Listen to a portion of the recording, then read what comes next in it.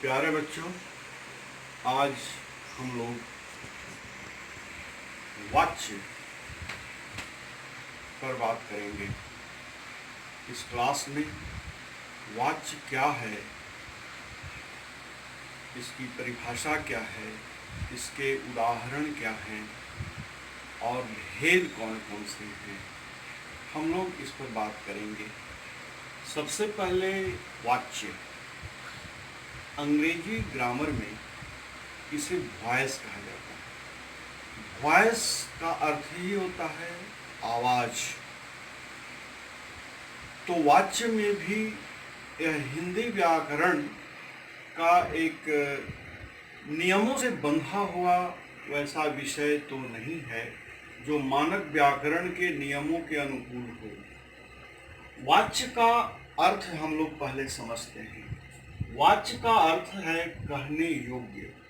वाच्य का महत्व वाक्य में अर्थ को प्रभावशाली बनाने के लिए कथन के माध्यम से व्यक्त होता है। जैसे बिगाड़ की डर से ईमान की बात न कहोगे, ये कथन भंगिमा है, कथन शैली है लेखक की। यह कर्तृवाच्य में कहा गया वाक्य है।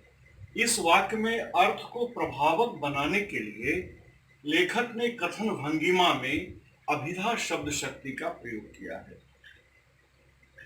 शब्द की तीन शक्तियां होती हैं, अभिधा, लक्षणा और व्यंजना।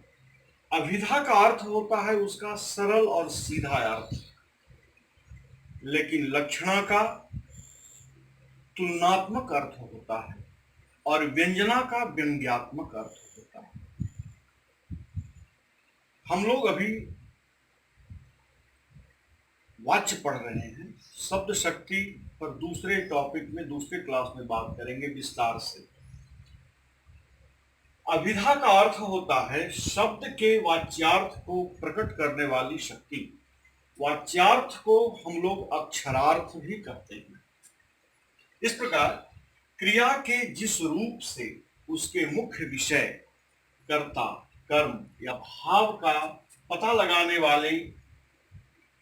लगाने वाली क्रियापद के रूपांतर को वाच्य कहा जाता है, वाच्य कहते हैं। जैसे उसने पुस्तक पढ़ी, वह पुस्तक पढ़ता है। इसमें क्रिया के केंद्र में कर्ता है, उसने, और वह पुस्तक पढ़ता है। इसमें पढ़ता है क्रिया के केंद्र में वह है, इसलिए यह कर्तृवाच्य है। उसके द्वारा पुस्तक पढ़ी गई, इसमें पढ़ी गई है, यानी यह क्रिया सकर्मक है लेकिन कर्मवाच्य में, कर्मवाच्य में क्रिया संयुक्त हो जाती है, यानी सकर्मक और अकर्मक दोनों क्रियाओं का मेल एक साथ होता है। यहाँ पढ़ना सकर्मक क्रिया है जबकि गई अकर्मक क्रिया है।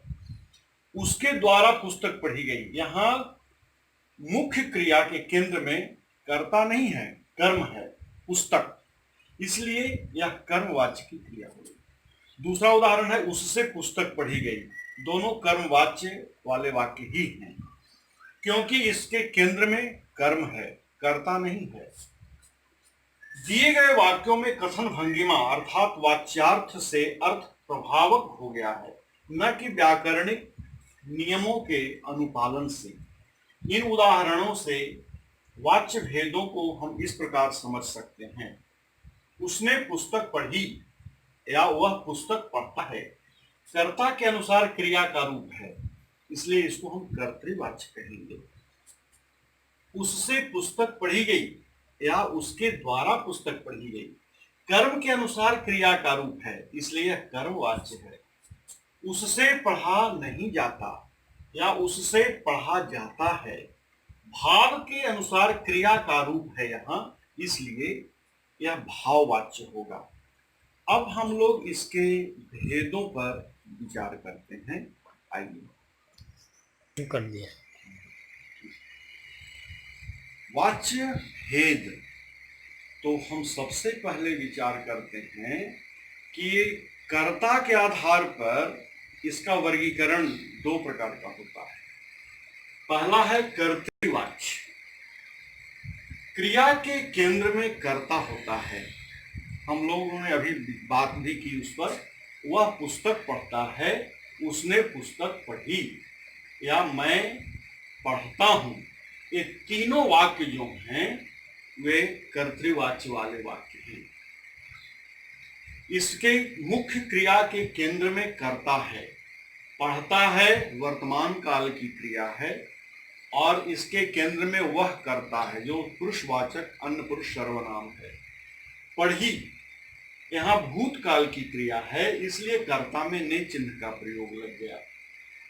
नियम यही है कि कर्ता में जब ने चिन्ह लगेगा तो क्रिया भूतकाल की होगी और वह कर्म के लिंग और वचन के अनुसार हो जाएगी। इसलिए यहाँ उसने पुस्तक पढ़ी ये हो गया।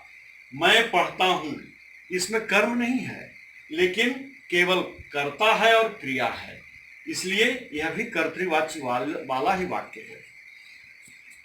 दूसरा है अकर्तृवाच्य। इसमें दो भेद आते हैं। पहला है कर्मवाच्य और दूसरा है भाववाच्य। क्रिया के केंद्र में कर्म और भाव दोनों होते हैं, अलग अलग होंगे। जब कर्मवाच्य की क्रिया होगी तो उसमें कर्म होगा, और जब भाववाच्य की क्रिया होगी तो क्रिया के केंद्र में भाव होगा। जैसे कर्मवाच्य, उससे पुस्तक पढ़ी जाती है, उसके द्वारा पुस्तक पढ़ी जाती है। मुझसे, तो यहाँ पे वाच्य की पहचान अब हम लोग करेंगे। कर्तृवाच्य, ऐसे वाक्यों में क्रिया अकर्मक और सकर्मक दोनों प्रकार की हो सकती है। वह पुस्तक पढ़ता है, यह सकर्मक क्रिया है क्योंकि इसमें कर्म पुस्तक लगा हुआ है, लेकिन वह पढ़ता है, इसमें कर्म नहीं है, इसलिए यह क्रिया अकर्मक है, अकर्मक वाला वाक्य है यह। दूसरा कर्मवाच्य, ऐसे वाक्यों की क्रिया हमेशा सकर्मक होती है। कर्मवाच्य में कर्म जरूर रहेगा। कर्मवाच्य की क्रिया में क्रिया के मूल में कर्म ही होता है।